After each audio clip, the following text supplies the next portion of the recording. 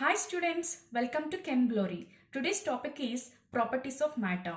Matter is classified into two categories, physical properties, chemical properties. Physical properties can be measured or observed without changing identity, composition of substance. Okay, here substance does not change. For example, we'll take a glass jar and put sugar and water. Finally, it forms sugar solution. Here, the form is changed, but the substance is not changed. Okay, so that's why this comes under physical properties. Example: color, smell, melting point, boiling point.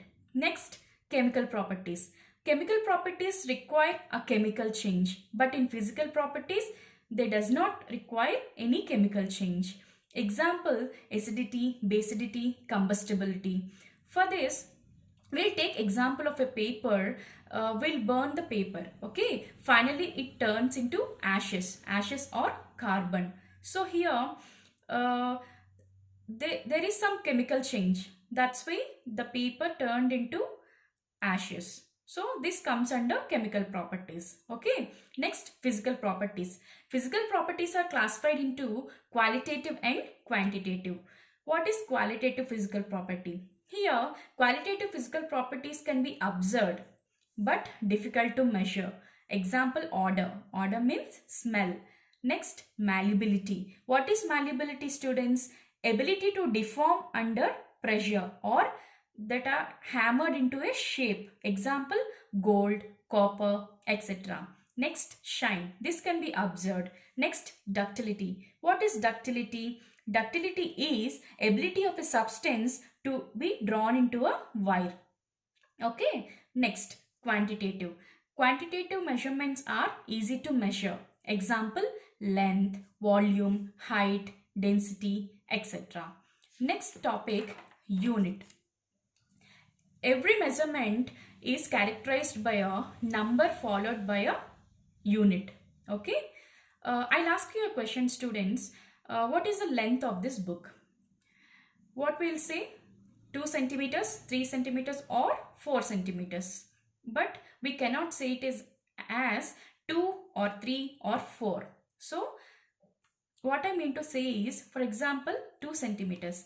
Every measurement, this is a measurement, right? It is characterized by a number followed by a unit. Okay. So earlier, two systems were introduced: English system, metric system. These systems were followed in different parts of the world. But what happened is that if we use one system in India and some other system in UK or US, there is some inconvenience. So in order to help that, later our scientific community found a standard system in 1960. Okay, so that standard system is called International System of Units, shortcut SI. This standard system is derived from French word les systèmes international de units. There are 7 fundamental base quantities. So we'll discuss this table. First one is length, represented by symbol L, and name of the SI unit meter, and symbol for this SI unit is small m. Next one, mass. Mass represented by the symbol small m, and name of the SI unit is kilogram, and symbol for SI unit is kg. Next one is time. Time represented by symbol small t, and name of the SI unit second, and symbol for SI unit is small s. Next one, electric current. This is represented by symbol I. Next, name of the SI unit ampere, and symbol for SI unit is capital A. Next one, thermodynamic temperature, represented by the symbol capital T. Name of the SI unit is Kelvin, and symbol for SI unit is K. Next one, amount of substance, represented by symbol N, and name of the SI unit is mole. And next one, this is represented by symbol of SI unit is MOL. Last one, luminous intensity, represented by the symbol IE. Name of the SI unit is candela, and represented by the symbol of SI unit is CD. Okay. Next topic, prefixes. Yeah. we'll have some big numbers and small numbers, right? Big numbers like 2 into 10 to the power of 5, 2 into 10 to the power of 10, 10 to the power of 20, 10 to the power of 30. So it becomes difficult for us to always say 2 into 10 to the power of 20, 30, 40. Even for smaller numbers also, they are represented as 2 into 10 to the power of minus 2, 2 into 10 to the power of minus 20, minus 30. In order to uh, avoid that, our scientific community has introduced prefixes. Okay, what are prefixes? To indicate the multiples or sub-multiples of a unit. Okay, now we'll study this table. Multiples. First we'll study big numbers, that is 10. 10 is represented by the prefix deca and symbol dA. Next, 10 to the power of 2 is represented by the prefix hecto and symbol h. Next, 10 to the power of 3 represented by the prefix kilo and next symbol is k. Next, 10 to the power of 6 represented by the prefix mega and represented by the symbol capital M. 10 to the power of 9 represented by the prefix giga and next symbol capital G. Next, 10 to the power of 12 represented by the prefix tera and represented by the symbol capital T. Now, so on. Next, smaller numbers. Here, 10 to the power of minus 1, we'll call it as prefix deci and symbol D. Next, 10 to the power of minus 2, its prefix is called centi and its symbol is C. Next, 10 to the power of minus 3, its prefix is milli and its symbol is M. Next, 10 to the power of minus 6, its prefix is micro and we'll call it as mu. Next, 10 to the power of minus 9, its prefix is nano and its symbol is small n. Next, 10 to the power of minus 12, its prefix is pico and represented by the symbol P and so on. These are the prefixes, students. Okay. Next topic, mass and weight. Do you think mass and weight are similar? No, they are not similar. They are different. What is mass? Amount of matter present in it is called mass. Let me take an example. I'll take a glass tumbler and I'll take 2 kgs of salt in it. I'll call this salt as matter because what is matter? Matter is anything which has mass and occupies space is called matter. Here the salt is a matter because it has mass and occupies space.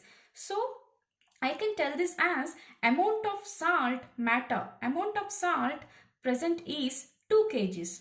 Okay. Next, what is weight? Force exerted by gravity on an object is called weight. Let me take an example. I'll throw the ball. Then what happens, students? It falls down. Okay. What is the reason behind it? The reason is there is some force that exerts on this ball and it will pull the ball down. What is this force? This is gravity.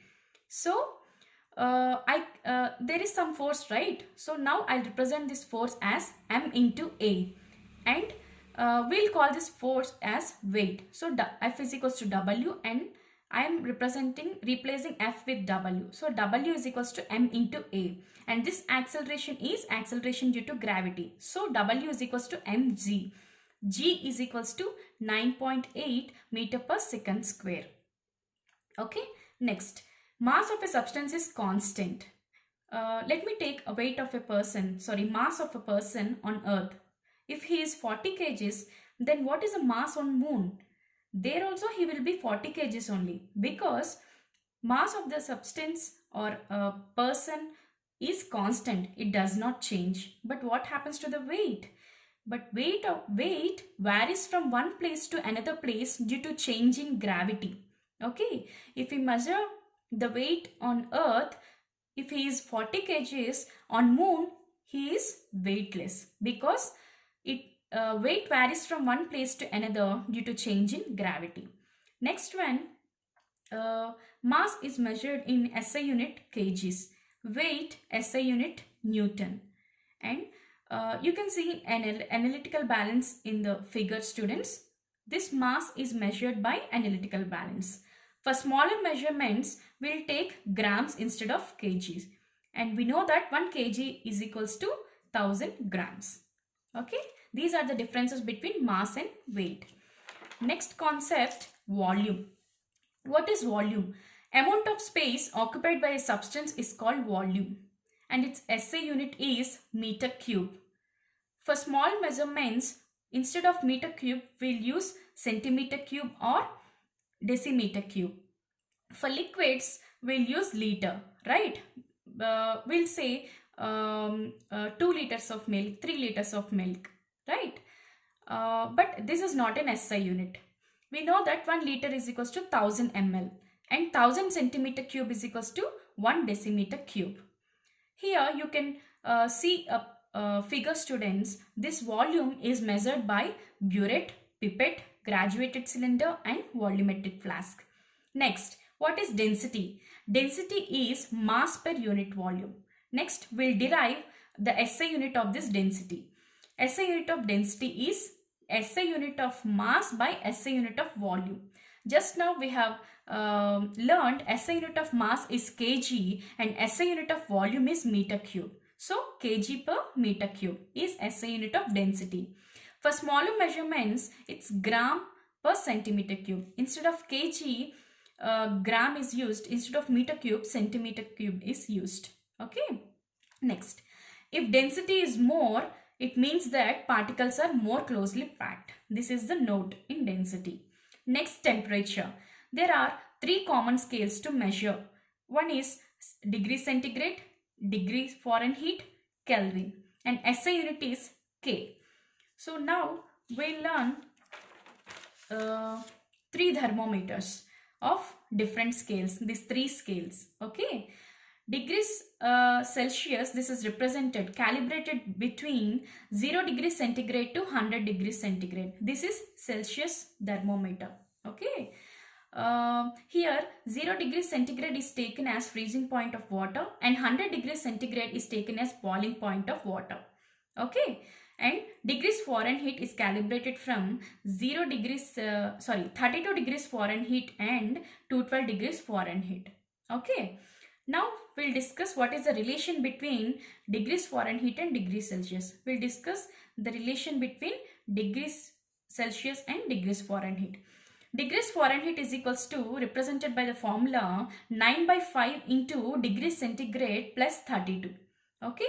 If this degree centigrade becomes 0, what happens? This Fahrenheit is equals to 32. See here, students. If degree centigrade, if this Celsius becomes 0, then it's equal to Fahrenheit scale 32 degrees Fahrenheit. Next, Kelvin.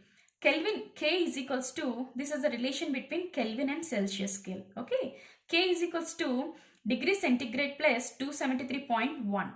And if here degree centigrade is 0, then what happens? K is equals to 273.15. The same thing is explained here. Next, our normal human body temperature is 98.6 degrees Fahrenheit here. Okay. And our human body temperature is measured by Fahrenheit scale. And there is a small note, students, that is, in Celsius scale, negative value is possible, but in Kelvin scale, negative value is not possible. Okay.